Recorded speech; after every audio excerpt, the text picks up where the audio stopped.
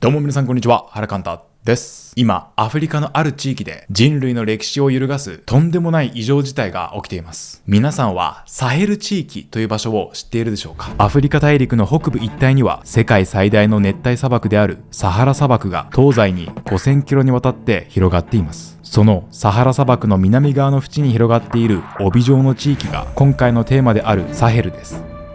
サヘルは半乾燥地域であり、その面積は約300万平方キロメートル、日本の国土面積の約8倍にも相当する広さです。今、このサヘルは世界のテロによる死者が集中する最前線となっており、人類の行く末を占う場所とすら言われています。実はこのサヘル地域の情勢に関しては、過去にも動画で扱ったことがあり、100万回近く再生されるなど大きな反響がありました。とはいえ、日本のニュースを見ているだけではサヘルという名前自体ほとんど耳にしませんよね。しかし水面下ではここ数年、このサヘル地域を震源地とし、これまでの世界の常識がひっくり返るような異常事態が連鎖しているんです。サヘル地域に位置するマリ、ブルキナファソ、ニジェールといった国々で、まるでドミノ倒しのように軍事クーデターが次々と起きているのです。しかもクーデターによって暴力的に政権が奪われているにもかかわらず、少なくない現地の市民が軍事政権を支持するデモに参加し、反フランス、反欧米の空気が爆発的に強まっていきました。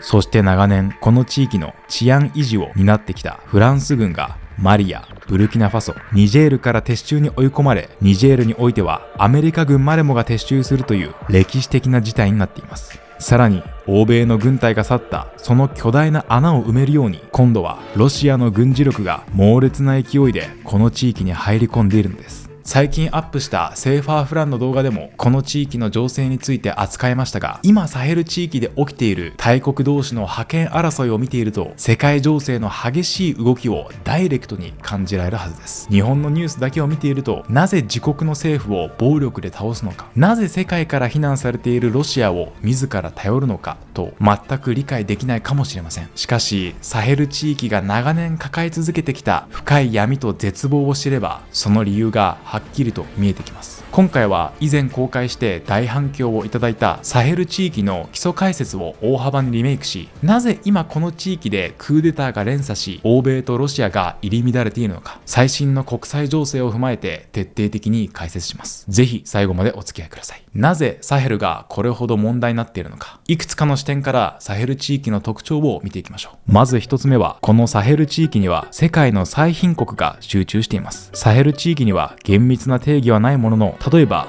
ニジェールやマリ、ブルキナファソ、チャドといった国々が含まれます。どの国も貧困率が非常に高い国々です。他の国々と比較してどれくらい貧しいのか、世界各国の発展度合いを測る指標として人間開発指数と呼ばれるものがあります。簡単に説明すると、その国の平均寿命や学校に通っている年数などをもとに、保健、教育、所得という3つの側面からその国の発展度合いを包括的に測る指標です。国連開発計画が発表した人間開発指数において193カ国中、ブルキナファソは186位、マリとニジェールは188位、チャドは190位と、どの国々も最下位クラスとなっています。医療や教育などの基本的なインフラが十分に整備されておらず、付加価値の高い産業が育ちにくいため、雇用の機会も非常に限られており、若者が行き場を失いやすい状況にあります。しかし国民の大多数が極めて貧しい生活をしているにもかかわらず、ニジェールやマリ、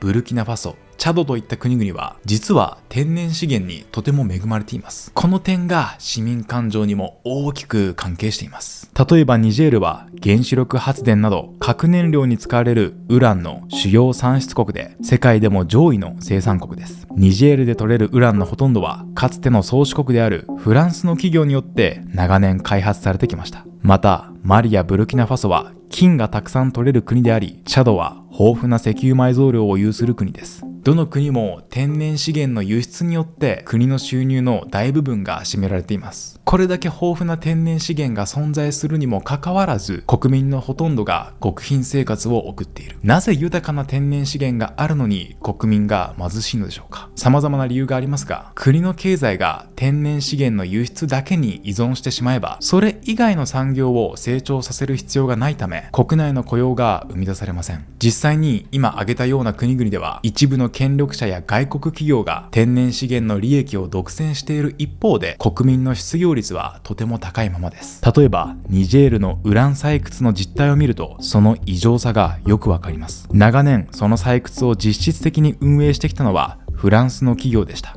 例えば2010年時点の推計では、ウランが輸出の大部分を占める一方で GDP 国内総生産への寄与はわずか数%とされていました。こういった状況に対して市民団体や一部の調査では、ニジェールが持つ資源の収益が国民には十分還元されていないと批判しています。採掘地域では環境汚染や住民の健康に悪影響がもたらされてきたことも指摘されており、こういった背景も市民感情の反発を強める要因になってきました。豊富な天然資源はあるのに住民の貧しい生活は変わらないという怒りが、後のクーデターにつながる強力な反フランス感情の土台となっていたんです。失業率が高い国々では若者たちが未来に希望を見出せません。そんな若者たちがどうなっていくか、それがサヘル地域が問題視される2つ目の理由に関係しています。サヘルが問題になっている2つ目の理由は、テロ組織の活動が横行しているからです。近年アフリカにおける紛争の件数は急増していますが、その最大の要因がこのサヘル地域におけるテロの頻発です。サヘルではアルカイダ系やイスラム国系の武装組織が勢力を伸ばし、テロと紛争が悪化してきました。彼らはテロ、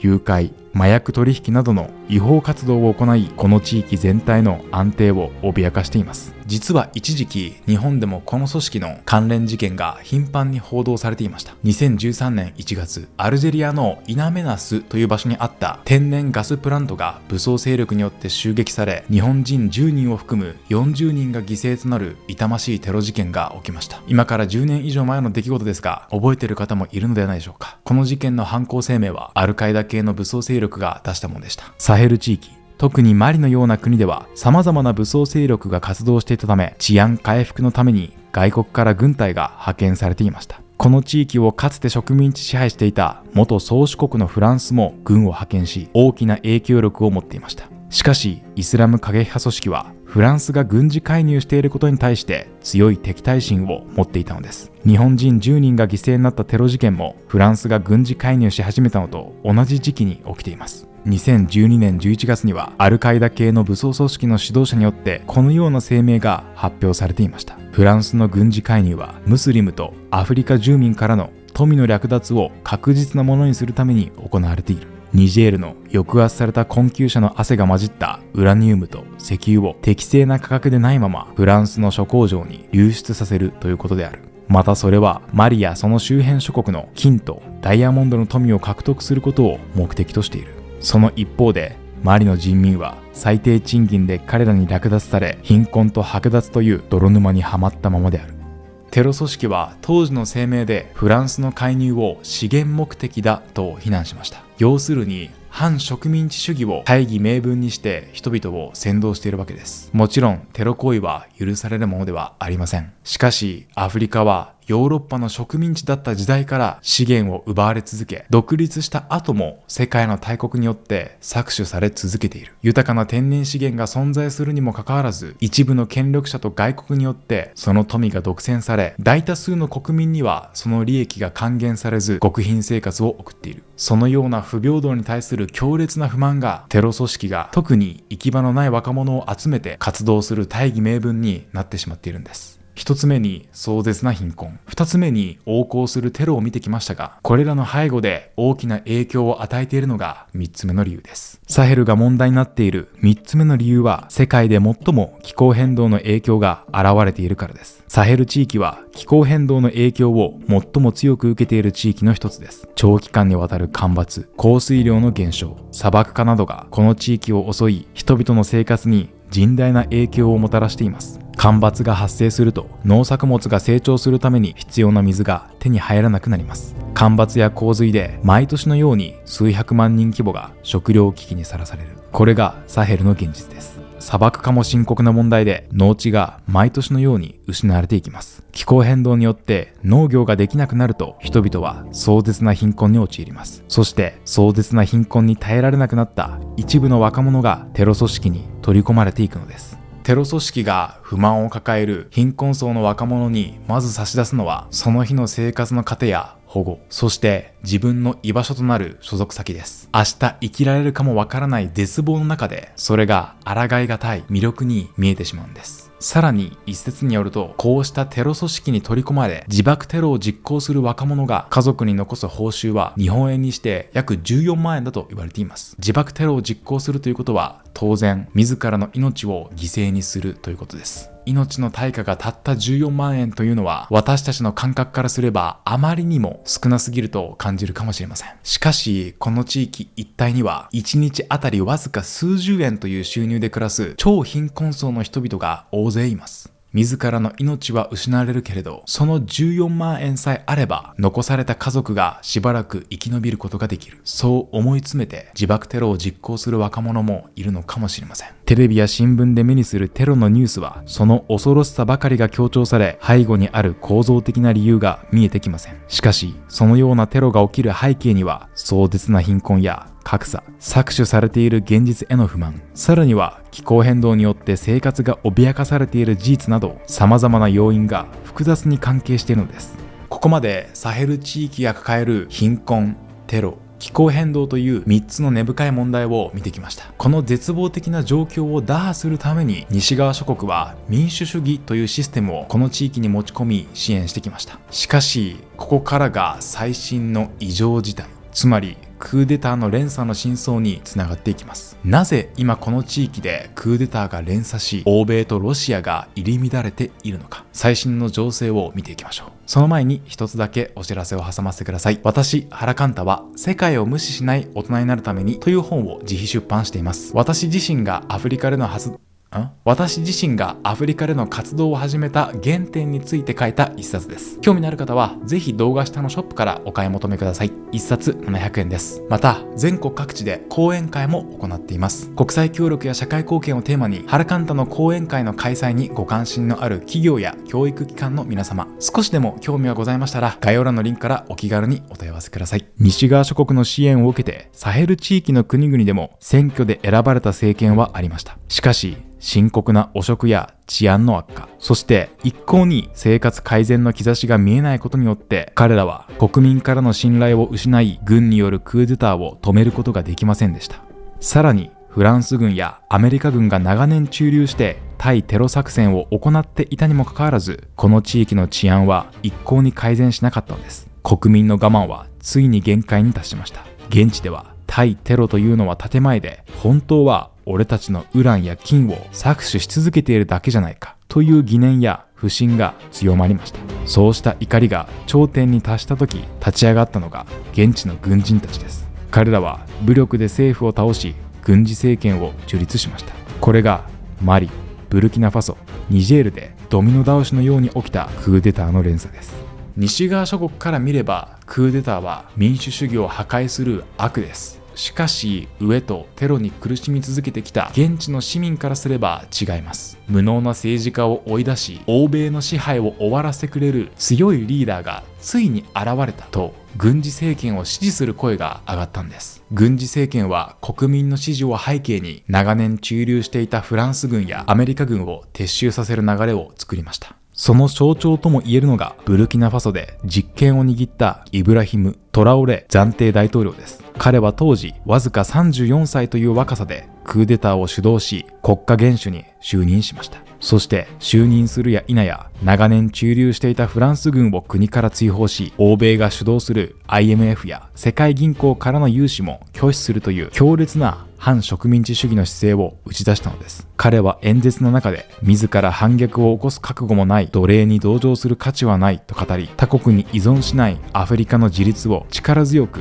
訴えました。欧米が押し付けてきた民主主義に幻滅し、貧困にあえいでいたアフリカの若者たちにとって西洋の支配に真っ向から立ち向かう彼の姿はまさに新たな時代の希望として映ったのです。さらに現代ならではの現象として、彼の力強い演説の切り抜きや、彼がアフリカの団結を訴える様子を AI で生成したディープフェイク動画までもが SNS を通じて一気に拡散しました。その結果、彼はブルキナファソ国内にとどまらず、アフリカ全土の若者たちから熱狂的な支持を集めるカリスマ的な存在になっているんです。しかし、ここで新たな重大な問題が発生します。欧米の軍隊が追い出されたことで、現地の治安維持に大きな穴、いわゆる治安の空白が生まれてしまったんです。現地の軍隊だけでは凶悪なテロリストたちに完全に対抗できず、サヘルの国々は窮地に立たされました。そこにすかさず入り込んできたのがロシアです。ロシアは民間軍事会社を現地に送り込み、欧米の軍隊が抜けた穴を埋めるようにテロリストの掃討作戦や軍事政権の護衛を引き受けています。しかし、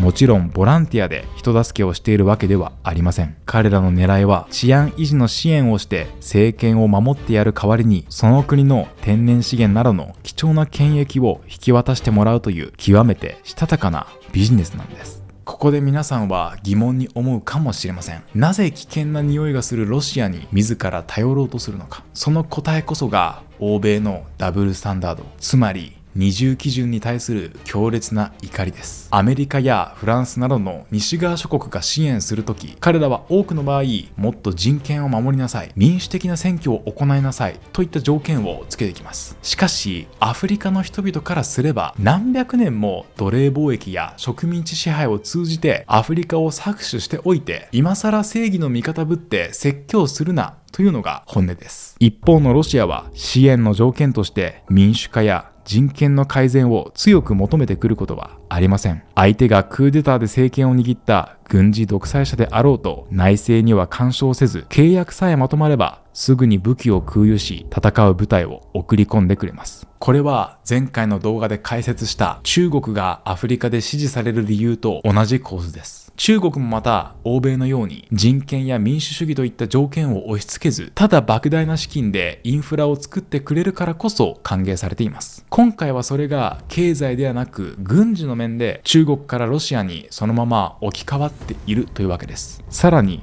冷戦時代、旧ソ連はアフリカの独立運動を支援し、大規模なインフラ施設を建設してくれたという歴史的な記憶もあります。このような背景もあり、ウクライナ侵攻が起きた際にも国連の採決でアフリカ諸国は棄権や欠席が目立ち、西側諸国とは足並みを揃えませんでした。このような事実を知り、アフリカの視点から世界を見てみると、私たちが普段ニュースを通じて抱いている世界の見方とは全然異なる見方があることに気づかされますよね。では、ロシアが彼らを救う救世主になるのかといえば、決してそんなことはありません。現実にロシアの部隊が入った地域では深刻な人権侵害の疑いが繰り返し報告されています。例えばマリ中部のモウラという村では数百人規模の民間人が死亡した可能性を国連などが指摘しています。また欧米の支配から抜け出そうとしてロシアに頼った結果、今度は国の権益や安全保障といった国家の命綱そのものをロシアに握られてしまうという新たな形の支配という危機にも直面しています。これは前回の動画で中国による支援を当てにした結果、自国の資源や重要インフラを中国に握られてしまうリスクにアフリカ各国が直面しているのと同じことが起きていると言えるかもしれません。ここまでの情勢を踏まえた上で確かなことが一つあります。私たちが普段目にしている国際ニュースの多くは東京やニューヨーク、パリといった先進国の視点から発信されたものです。そのレンズを通せばクーデターは悪であり、ロシアは問答無用のならず者国家にしか見えません。しかしカメラの向きを変えてサハラ砂漠の南側で今日を生き延びるのに必死な人々の視点から世界を捉えてみてください。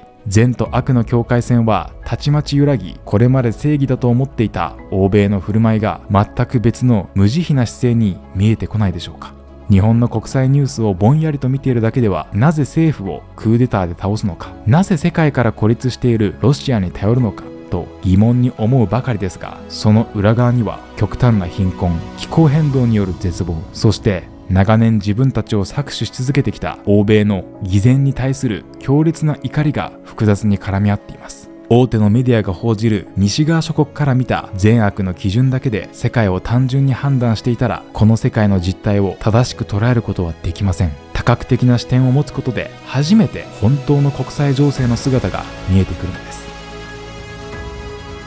今回は過去に反響が大きかったサヘルの基礎解説に加えて、この数年間のアフリカでの動きから国際情勢を読み解いてみましたが、いかがだったでしょうか。ぜひ皆さんの感想をコメント欄で聞かせてください。今回のようなテレビや新聞では報じられない世界の裏側についてもっと深く学びたい方は、ぜひ私が運営するオンラインサロンシナジーを覗いてみてください。YouTube では扱いきれないテーマや、では私たちが具体的に何ができるのかという議論もシナジーでは行われています。概要欄にリンクを貼っておきます。ぜひチェックしてみてください。これからも大手のメディアでは知ることが難しい世界の今を伝えていきます。こういった動画を今後も見たいという方は見逃さないように、ぜひこれを機会にチャンネル登録よろしくお願いいたします。ということで今回も最後までご視聴くださりありがとうございました。また次回の動画でお会いしましょう。